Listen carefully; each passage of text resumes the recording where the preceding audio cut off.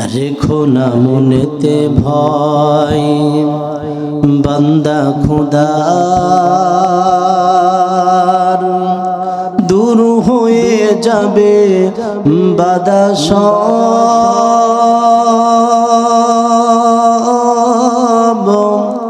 তোমার আমার এক মালিক আছেন, আছেন আমাদের রব, আছেন আমাদের রব। রেখো না মনেতে ভয় বান্দা খোদার, দূর হয়ে যাবে বাধা সব। তোমার আমার এক মালিক আছেন, আছেন আমাদের রব, আছেন আমাদের রব। অপরাধ যদি কিছুই করে থাকি, একটাই অপরাধ খোদার কোরআনকে ভালোবাসি। সেই অপরাধে জীবন দিতে পারি, সেই অপরাধে জীবন দিতে পারি আমাদের যা আছে সব, দিতে পারি আমাদের যা আছে সব। রেখো না মনেতে ভয় বান্দা খোদার, দূর হয়ে যাবে বাধা সব। তোমার আমার এক মালিক আছেন, আছেন আমাদের রব। আল্লাহ তাআলা বলছেন ওয়ালা আস, আল্লাহ তাআলা এই জায়গায় সময়ের কসম দিচ্ছেন। প্রিয় ভাই, দেখেন আজ আপনার সময় আছে, আপনার রুহু আছে, বিদায় আপনার কন্যা আপনাকে বাবা বলে ডাক দেয়। আজ আপনার সময় আছে, আপনার রুহু আছে, বিদায় আপনার সন্তান আপনাকে বাবা বলে ডাক দেয়। আজ আপনার সময় আছে, আপনার রুহু আছে, বিদায় আপনার স্ত্রী আপনাকে স্বামী বলে পরিচয় দেয়।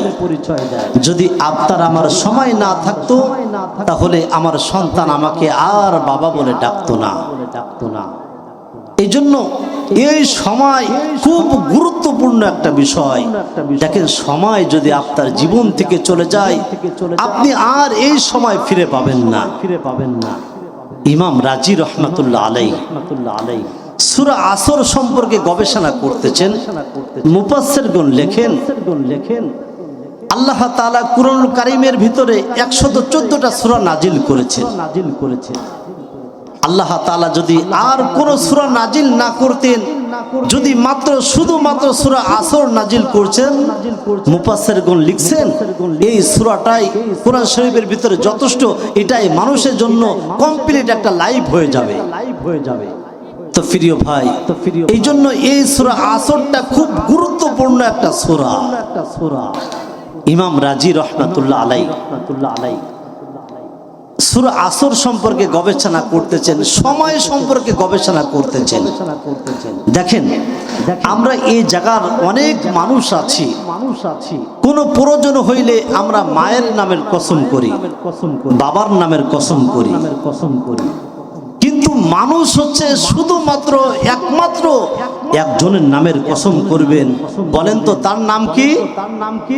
সবাই বলেন না, নাম কি? তাহলে দুনিয়ার মানুষ কোনো মায়ের নামের কসম কাটা যাবে না, বাবার নামের কসম কাটা যাবে না, পীর বাবার নামের কসম কাটা যাবে না, শুধুমাত্র একজনের নামের কসম করবেন। আবার বলেন তো তার নাম কি? কিন্তু কিন্তু আল্লাহ তাআলা কোথাও রাতের কসম করেছেন, কোথাও দিনের কসম করেছেন, কোথাও তিনের কসম করেছেন, কোথাও জাইতুনের কসম করেছেন। আমাদের রব আল্লাহ তাআলা যা ইচ্ছা তাই কসম করতে পারেন, কিন্তু শুধুমাত্র মানুষ হচ্ছে একজনের নামের কসম করবেন। আবার বলেন তার নাম কি? ইমাম রাজি রহমাতুল্লাহ আলাইহি গবেষণা করতেছেন আল্লাহ তাআলা কেন সময় সম্পর্কে কসম করলেন। মুসলমান ভাইরা রে আমার, গভীর মনোযোগ, কোন দিকে নজর নাই, অল্প সময় স্বল্প কথা বলে আমি আপনাদের কাছ থেকে বিদায় নিতে চাই। ইমাম রাজি রহমাতুল্লাহ আলাইহি গবেষণা করা শুরু করলো যে আল্লাহ তাআলা কেন সময় সম্পর্কে কসম করলেন। গবেষণা করতে করতে বাজারের ভিতরে গেলেন, দেখেন বাজারের ওই মাথা থেকে একজন আওয়াজ দেয়, তোমরা আমার উপর রহম করো, আমার পুঁজি গলে যায়, আমার পুঁজি গলে যায়। এবার সবাই তার দিকে দৌড়ানো শুরু করে দিয়েছে যে মানুষের পুঁজি কিভাবে গলে যায়। মানুষ যখন দৌড়ায়, ইমাম রাজি রহমাতুল্লাহ আলাইহি দৌড়ায় যে কি ব্যাপার, মানুষের পুঁজি আবার কিভাবে গলে যায়। এখন ইমাম রাজি রহমাতুল্লাহ আলাইহি ওই ব্যক্তির কাছে যখন গেলেন, দেখেন ওই ব্যক্তি আইসক্রিম বিক্রি করে, বরফ বিক্রয় করে। ওই ব্যক্তি বুঝাইতে চাই, ভাই তোমরা আমার উপর রহম করো, যদি সময় পার হয়ে যায় আমার আইসক্রিম গুলা গলে পানি হয়ে যাবে, আমি বিক্রয় করতে পারবো না। আর যদি বিক্রয় না করতে পারি তাহলে আমার মূল পুঁজিগুলো নষ্ট হয়ে যাবে। ইমাম রাজি রহমাতুল্লাহ আলাইহি বলে, মালিক আমি সময় সম্পর্কে এখন আমি ব্যাখ্যা পেয়ে গিয়েছি। তার মানে মূল পুঁজি হলো তার সময়, মূল পুঁজি হলো আইসক্রিম। যদি গরম, যদি বরফ যদি গলে যায় আর তার কোনো দাম থাকে না। আর মানুষের জীবনের সময় একটা গুরুত্বপূর্ণ বিষয়। মানুষের সময় যদি জীবন থেকে চলে যায়, ভাই আমার কত মানুষ অল্প বয়সে দুনিয়া থেকে বিদায় নিয়ে চলে গেল। এখন তো চিন্তা করতেছো, এখন আমার দাড়ি রাখার সময় হয় নাই, এখন বয়স হয় নাই। এ যুবক ভাই আমার, যদি মনের ভিতরে অহংকার আছে, যাও যাও কবরের স্থানের দিকে চলে যাও, যে দেখো না তোমার চেয়ে অল্প বয়স, তোমার চেয়ে চেহারা সুন্দর ছিল, কত মানুষ দুনিয়া থেকে বিদায় নিয়ে চলে গেছে। এই জন্য ভাই আমার, আজ আপনার সময় আছে, এখন আপনি ইচ্ছা করলে নামাজ পড়তে পারবেন, আপনার সময় আছে, আপনার রুহু আছে, আপনি ইচ্ছা করলে রোজা রাখতে পারবেন, হজ করতে পারবেন, যাকাত দিতে পারবেন, সব কিছু করতে পারবেন। কিন্তু যখন জীবন থেকে সময় চলে যাবে, এ ভাই আমার, ইচ্ছা করবেন নামাজ পড়বো, পারবেন না, ইচ্ছা করবেন রোজা রাখবো, পারবেন না, ইচ্ছা করবেন হজ করবো, যাকাত দিব, এক কথায় আপনি বারবার চেষ্টা করবেন, মালিক তুমি আমাদেরকে একটু সময় দাও, সময় দাও। আমার মালিক ডাক দিয়ে কয়, বান্দা দুনিয়ার উপরে তোমরা কি করবা কি না করবা, দুনিয়ার মানুষ হয়তো দেখে না, একজন দেখেন, বলেন তো তার নাম কি? সবাই বলেন না তার নাম কি? প্রিয় ভাই, আজ সময় আছে, কত অহংকারী আপনি করতেছেন। কই নামাজ আপনি পড়েন না, রোজা রাখেন না, হজ করেন না, যাকাত দেন না। আপনি ভালো ভালো কাজ করলে, আপনি যদি ইচ্ছা করতেন আপনি সব কাজ করতে পারেন, কিন্তু আপনি করেন না। এক সময় আপনি চেষ্টা করবেন, দেখেন না কিছুদিন আগে করোনা পার হয়ে গেল, করোনার সময় মসজিদে তালা লাগিয়ে দিয়েছিল, মনে আছে আপনাদের? আপনি ইচ্ছা করবেন আমি ভালো কাজ করব না, আপনি পারবেন না। এজন্য এখন সময় আছে, এই সময়ে আমাদের ইবাদত বন্দেগী করা দরকার আছে না নাই? আছে না নাই? কথা বলেন। কথা বলেন। আছে, আছে। এরপর আমার রব ডাক দিয়ে বলছেন ইন্নাল ইনসানা লাফি খুস। ভাই মনোযোগ দেন, তাহলে আমার আলোচনাটা আপনারা বুঝতে পারবেন। আমি আপনাদের মাঝে আসলাম এত কষ্ট করে, আপনারাও শুনতেছেন সময় নষ্ট করে। যদি আপনারা যদি কিছু না শেখেন তাহলে এই মাহফিল করে কি লাভ হবে? তো আল্লাহ তাআলা বলছেন ইন্নাল ইনসানা লাফি খুস। প্রতিটা ইনসান, প্রতিটা মানুষ ক্ষতির মধ্যে। তবে তারা নয় যারা চারটা কাজ করবে। সম্মানিত ভাইরা, আল্লাহ তাআলা বলছেন প্রতিটা ইনসান, প্রতিটা মানুষ ক্ষতির মধ্যে রয়েছে, তবে তারা নয় যারা চারটা কাজ করবে। সম্মানিত ভাইরা, বলেন তো যদি আপনি আমি ক্ষতি থেকে বাঁচতে চাই কয়টা কাজ করা লাগবে? সবাই বলেন কয়টা? এই চারটা কাজ আপনি মুখস্থ ঠুটুস্থ করে এই জায়গা থেকে বাহির হবেন। আল্লাহ তাআলা বলছেন ইল্লাল্লাযীনা আমানু ওয়া আমিলুস সালিহাতি ওয়া তাওয়াসাউ বিল হক ওয়া তাওয়াসাউ বিল হাক্কি ওয়া তাওয়াসাউ বিস সাবর। আল্লাহ তাআলা বলছে যদি তোমরা ক্ষতি থেকে বাঁচতে চাও, যদি তোমরা ক্ষতি থেকে বাঁচতে চাও তাহলে চারটা কাজ করবা। এক নাম্বার কাজ হচ্ছে ইল্লাল্লাযীনা আমানু, এক নাম্বার কাজ হচ্ছে আল্লাহর প্রতি ঈমান আনা লাগবে। সম্মানিত ভাইরা, বলেন তো এক নাম্বার যে কাজ করা লাগবে, বলেন তো আমরা ঈমান আনবো কার প্রতি? সবাই বলেন না কার প্রতি? আল্লাহর প্রতি ঈমান। সম্মানিত ভাইরা, এই ঈমান সম্পর্কে যদি আলোচনা করতে যাই 2 ঘন্টা হইলে বুঝাইতে পারবো, তাও সামান্য বিষয় একটু অল্প বুঝাইতে পারবো। দেখেন ঈমান, ঈমান এমন একটা জিনিস, আপনার ঈমান আছে আপনি নামাজ পড়েন, আপনার ঈমান আছে আপনি রোজা রাখেন, আপনার ঈমান আছে আপনি হজ করেন, যাকাত দেন, ভালো কাজ করেন, আপনার লাভ হবে। কিন্তু ঈমান নাই, আপনি নামাজ পড়েন, রোজা রাখেন, হজ করেন, যাকাত দেন, ভালো ভালো কাজ করবেন, আপনার যাত্রা পরিমাণ লাভ হওয়ার সম্ভাবনা নাই। এই জন্য ঈমান সম্পর্কে গুরুত্বপূর্ণ আলোচনা।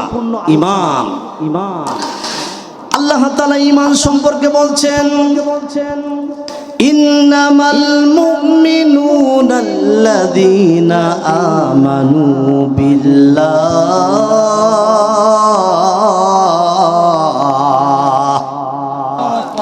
ওয়া রাসূলিহি সুম্মা লাম ইয়ারতাবু ওয়া জাহাদু বিআমওয়ালিহিম ওয়া আনফুসিহিম ফি সাবিলিল্লাহ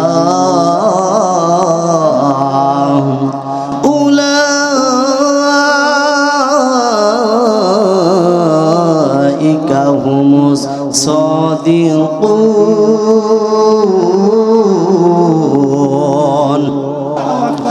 আল্লাহ তাআলা বলছেন ঈমানদার তো তারাই যারা আল্লাহর প্রতি ঈমান আনবে আর রাসূলের প্রতি ঈমান আনবে। ঈমান আনার পর কোনো সন্দেহ সংশয় পোষণ করবে না। আর 4 নাম্বার হলো ওয়াজাহাদু বিআমওয়ালিহিম ওয়া আনফুসিহিম ফি সাবিলিল্লাহ। ঈমান আনার পর জানার মাল দিয়ে যারা আল্লাহ তাআলার রাস্তায় চেষ্টা করবে, উলাইকা হুমুস সাদিকুন, তারাই হচ্ছে ঈমানদারের দাবিতে তারাই হচ্ছে সত্যবাদী। তাহলে ঈমানদার যারা হবে, বলেন তো একজনের প্রতি ঈমান আনা লাগবে, বলেন তো তার নাম কি? আল্লাহ। দেখেন ঈমান আনেন প্রিয় ভাই, ঈমান আনেন আর আমল করেন, আপনার ঠিকানা সোজা সুজি জান্নাতুল ফিরদাউস। আল্লাহু আকবার বলেন। এটা আমার কোনো কথা না। আল্লাহ তাআলা ঈমান সম্পর্কে বলেন ইন্নাল্লাযীনা আমানু ওয়া আমিলুস সালিহাতি কানাত লাহুম জান্নাতুল ফিরদাউসি নুজুলা।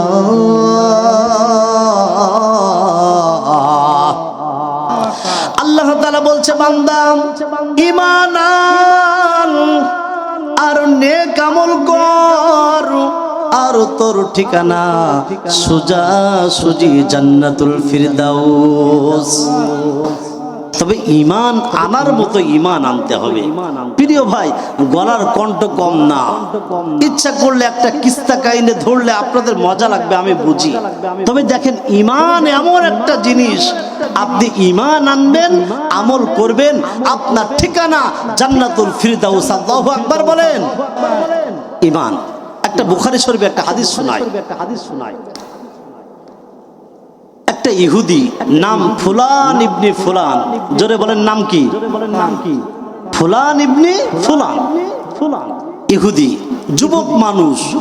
আমি তো দেখতেছি এই জায়গায় অধিকাংশ যুবক যারা ইসলামকে ভালোবাসে, কোরআনকে ভালোবাসে, যারা আল্লাহকে ভালোবাসে, আল্লাহ রসুলকে ভালোবাসে, অধিকাংশ যুবক দেখতেছি।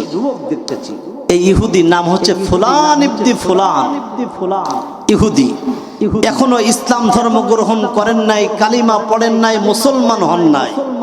আমি আপনাদেরকে বুঝাইতে চাই, ঈমান আনবেন, আমল করবেন, জান্নাতে চলে যাবেন। কিভাবে? এই ফুলান ইবনে ফুলান, আল্লাহ রাসূল সাল্লাল্লাহু আলাইহি ওয়াসাল্লাম মসজিদে যখন নববীতে আলোচনা করতেন, এই ফুলান ইবনে ফুলান ইহুদি মানুষ দূর থেকে আমার রাসূল সাল্লাল্লাহু আলাইহি ওয়াসাল্লামের নূরময় চেহারার দিকে তাকিয়ে থাকতেন। বলেন আল্লাহু আকবার। কিন্তু এখনো ঈমান আনেন নাই।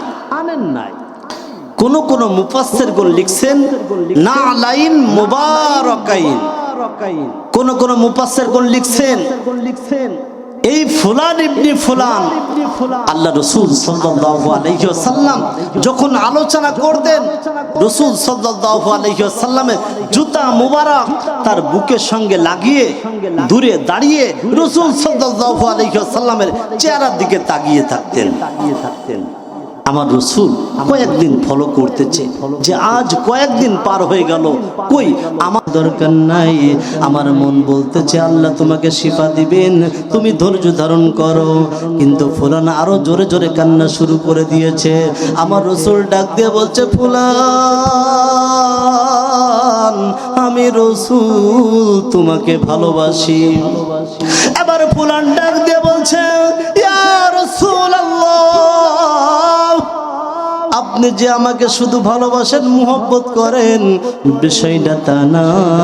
আমি ফুলান আপনাকে মুহব্বত করি, আপনাকে ভালোবাসি।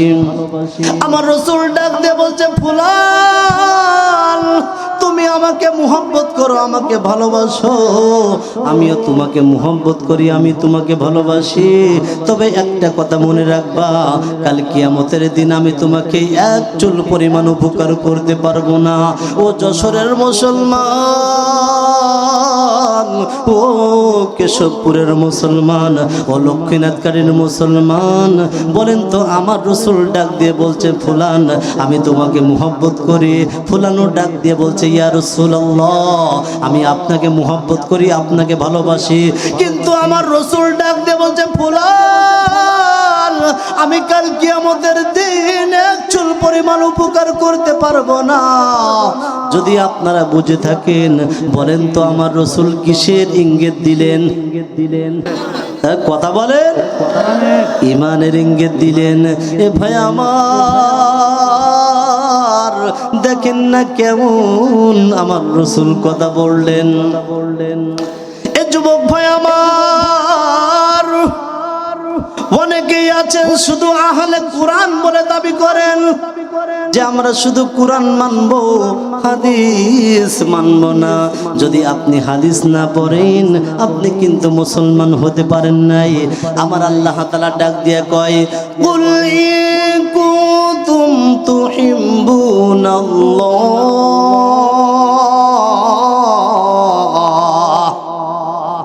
ফাত্তাবিউনি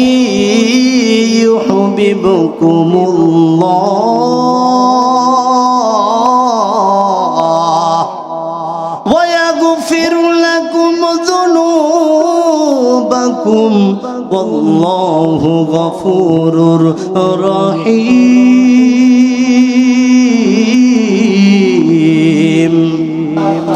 আমার আল্লাহ তাআলা ডাক দিয়ে কইন, নবীজি আপনার উম্মত যদি আমাকে ভালোবাসতে চায়, বলেন তো আমরা একজনকে ভালোবাসতে চাই, বলেন তো তার নাম কি? সবাই বলেন না তার নাম কি? আমার আল্লাহ ডাক দিয়ে কয় নবীজি আপনার উম্মত যদি আমাকে ভালোবাসতে চায় তাহলে ফাত্তাবিউনি, তারা যেন আপনাকে অনুসরণ করে, আপনাকে অনুকরণ করে, আপনাকে ভালোবাসে। নবীজি আপনার উম্মত যদি আপনাকে অনুসরণ করতে পারে, অনুকরণ করতে পারে, ভালোবাসে, আমি আল্লাহ আপনার উম্মত দিগকে দুইটা জিনিস দিব। এক নাম্বার হলো আপনার উম্মত জীবনে যত গুনাহ করেছে যদি আপনাকে অনুসরণ করতে পারে, অনুকরণ করতে পারে, আমি আল্লাহ তাআলা আপনার উম্মতের জীবনের সমস্ত গুনাহগুলো মাফ করে দিব। আর দুই নাম্বার হলো নবীজি আপনার উম্মত যদি আপনাকে অনুসরণ করতে পারে, অনুকরণ করতে পারে, আপনার উম্মত আমাকে ভালোবাসা লাগবে না, আমি আল্লাহ আপনার উম্মত দিগকে নিজেই ভালোবাসবো। আল্লাহু গফুরুর রহিম, আল্লাহ ক্ষমাশীল আর দয়ালু। এই জন্য ভাই আমার রাসূল ডাক দিয়ে বলছে ফুলান আমি তোমাকে মুহাব্বত করি, আমি তোমাকে ভালোবাসি। আবার ইহুদি ডাক দিয়ে বলছে ইয়া রাসূলুল্লাহ আমি আপনাকে মুহাব্বত করি, আপনাকে ভালোবাসি। আমার রাসূল ডাক দিয়ে বলছে ফুলান তুমি যে আমাকে মুহাব্বত করো, ভালোবাসো, কাল কিয়ামতের দিন এক চুল পরিমাণ উপকার করতে পারবো না। এবার যদি আপনারা বুঝে থাকেন বলেন তো আমার রাসূল কিসের ইঙ্গিত দিলেন? সবাই বলেন কিসের ইঙ্গিত? ঈমান যদি আপনার থাকে, আপনি নামাজ পড়বেন, রোজা রাখবেন, হজ করবেন, যাকাত দিবেন, মা বাবার খেদমত করবেন, লাভ আছে। আর ঈমান নাই, আপনি নামাজ পড়বেন, রোজা রাখবেন, হজ করবেন, যাকাত দিবেন, যত ভালো ভালো কাজ করবেন, যাত্রা পরিমাণ লাভ হওয়ার সম্ভাবনা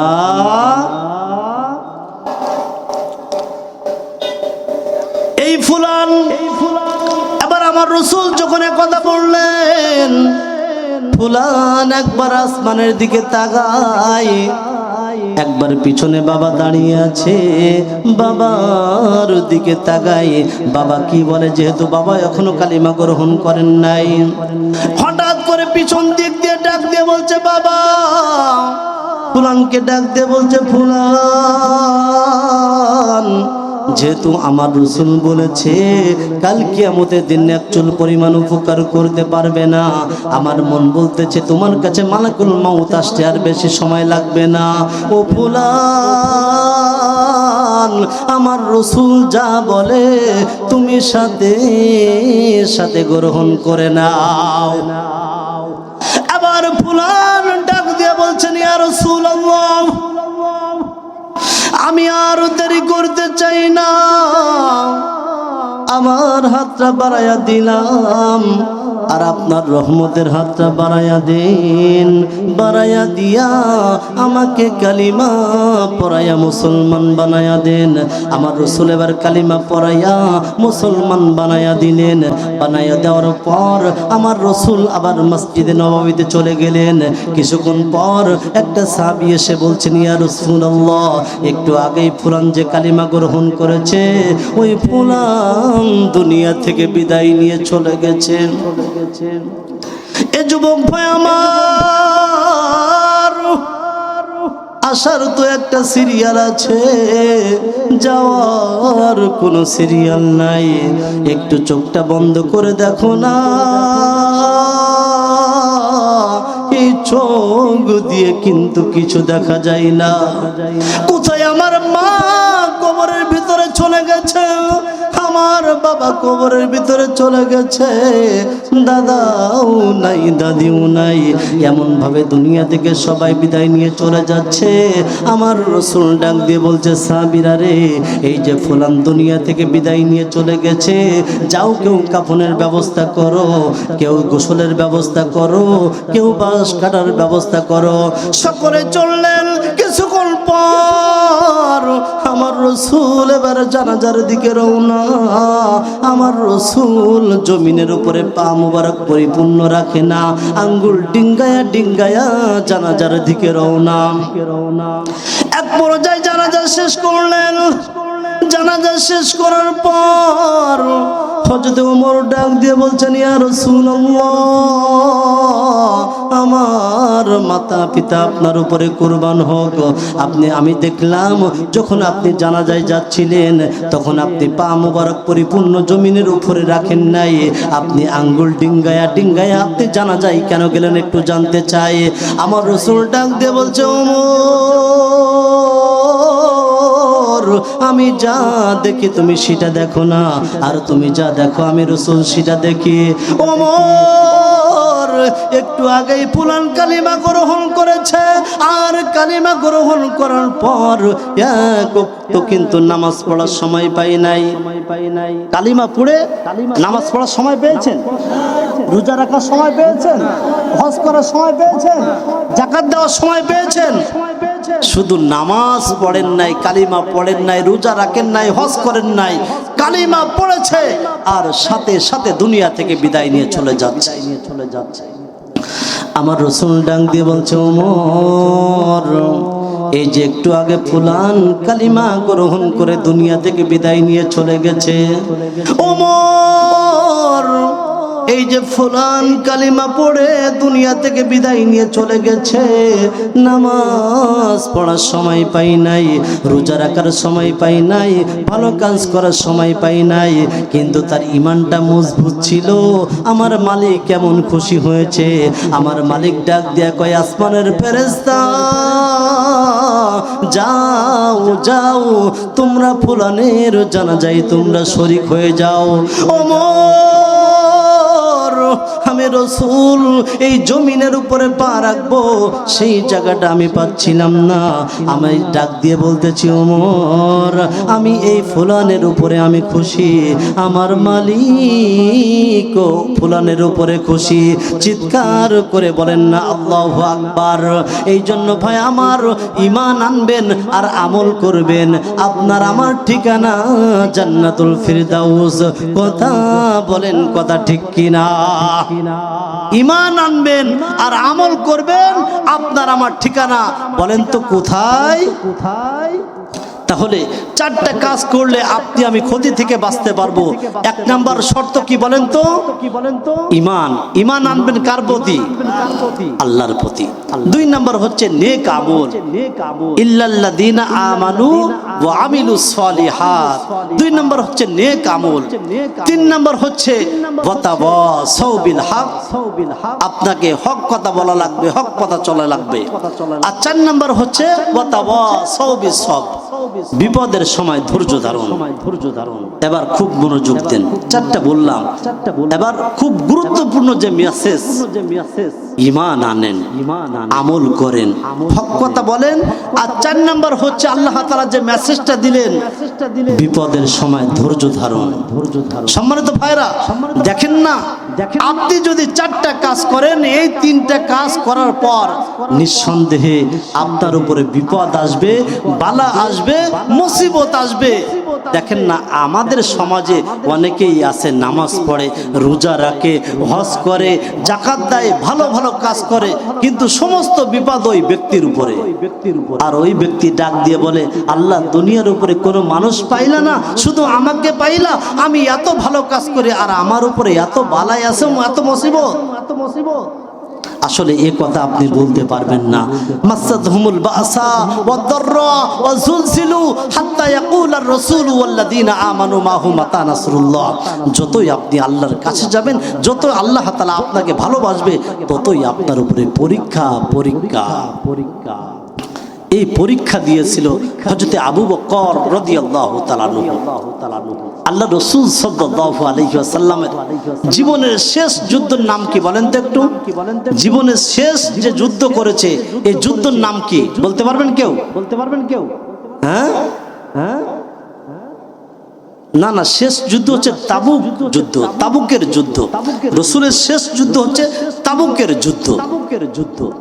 আল্লাহ রাসূল ডাক দিয়ে বলছেন, ও আমার সাহাবীরা রে, কাফেরের সংখ্যা 40,000। জোরে বলেন কয় হাজার? এমন একটা সময় তাবুক যুদ্ধ হচ্ছে, তখন খেজুর পাকে নাই, গম ওঠে নাই, মানুষের অভাব। আল্লাহ রাসূল ডাক দিয়ে বলছেন, ও আমার সাহাবীরা রে, আমার মন বলতেছে আমার জীবনের শেষ যুদ্ধ, আমি আর যুদ্ধে শরীক হতে পারবো না। আমার জীবনের শেষ যুদ্ধ। আমার সাহাবীরা রে, তোমাদের যার যা কাছে আছে তোমরা সমস্ত অর্থ সম্পদগুলো দান করে দাও। আমার রাসূল ডাক দিয়ে বলছে, আলী যাও যাও, তামাম মদিনায় যুদ্ধের ঘন্টা বাজিয়ে দাও। হযরতে আলী তামাম মদিনায় যুদ্ধের ঘন্টা বাজিয়ে দিচ্ছেন। বাজিয়ে দেওয়ার পর আমার রাসূল সাল্লাল্লাহু আলাইহি ওয়াসাল্লাম এইভাবে খাল থেকে একটা রুমাল পাড়লেন, ডাক দিয়ে বলছে, বিলাল এই রুমালটা মসজিদের ভিতরে বিছিয়ে দাও। হযরতে বিলাল আর দেরি করলেন না, ডাক দিয়ে বলছেন, ইয়া রাসূলুল্লাহ, আপনার রুমালটা তো আমি বিছিয়ে দিলাম। এবার আমার রাসূল ডাক দিয়ে বলছে, সাহাবীরা রে, তোমরা তো জানো কার অর্থ সম্পদ কেমন আছে। আমি যুদ্ধের ময়দানে যাব, তোমরাও যুদ্ধের ময়দানে যাবা। তোমাদের কাছে যার যার কাছে আছে তোমরা সকল অর্থ সম্পদ দান করো, আর এর বিনিময় আমি রাসূল জান্নাত বিক্রয় করতে চাই।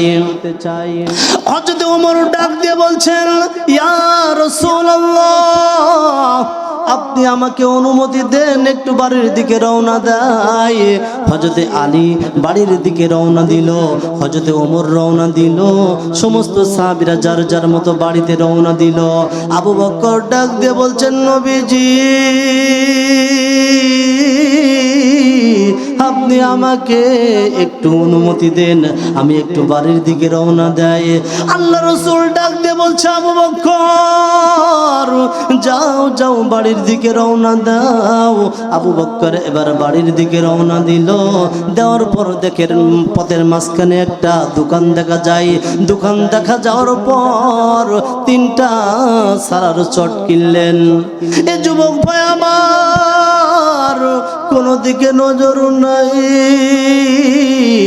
জানি না কার কাছে কখন মালাকুল মাউত চলে আসে। যুবক ভাই আমার, অনেকের মা নাই, অনেকের বাবা নাই। আবু বকর কেমন রাসূলকে ভালোবাসে, আবু বকর রাসূলকে কেমন মুহাব্বত করে। আবু বকর চললেন বাসার দিকে, কিন্তু পথের মধ্যে একটা দোকান থেকে 3টা সালার চট কিনলেন। এটা আমার বানানো কোনো কথা না, তাফসীর ঘেটে ঘেটে আপনাদের সামনে কথা বলতেছি। 3টা সালার চট যখন কিনলেন, কেনার পর যখন বাসায় যায়, একটা চট নিজেই আবু বকর পড়লেন, আর একটা স্ত্রীকে দিলেন। স্ত্রী রে, একটা চট তুমি পড়ে নাও। আর একটা চটের ভিতরে ডাক দিয়ে বলছে, স্ত্রী রে, বাড়ির ভিতরে যা আছে পানি খাবার জগটা কোথায়? স্ত্রী দিলেন, ওই বস্তার ভিতরে ভরলো। লবণ খাওয়ার যে বইমটা আছে, বইমটা কোথায়? বস্তার ভিতরে ঢুকাইলো।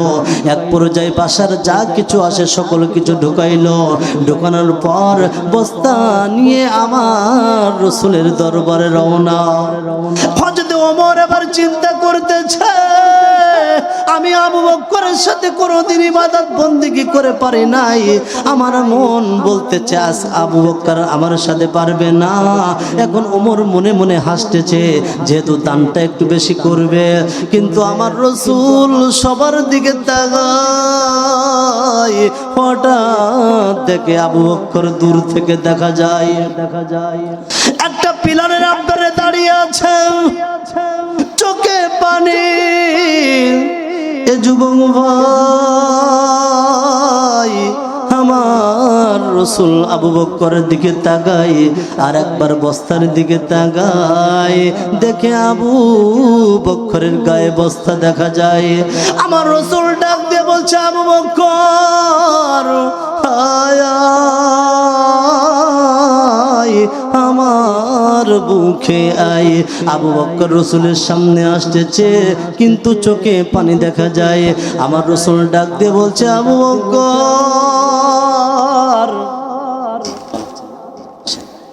লিল্লাহি তাকবীর, লিল্লাহি তাকবীর, লিল্লাহি তাকবীর। তো আলহামদুলিল্লাহ, আমার প্রিয় বড় ভাই, আপনাদের পরিচিত মুখ, আমাদের পরিচিত মুখ। তো আলহামদুলিল্লাহ, বাংলাদেশে অধিকাংশ জেলাতে মাহফিল করতেছি, কিন্তু এমন লোক পাই না যে মাহফিলের শুরু থেকে এসে আমি দেখতেছি ইনশাল্লাহ অধিকাংশ মাহফিলে দেখি যে স্টেজে ওঠে আর মাহফিল শেষ করে চলে যায়। তিনি আমাদের অভিভাবক, তিনি আমাদের নেতা। এটা আবার পাম মনে করেন না, আসলে কিন্তু বাস্তবতায় তাই।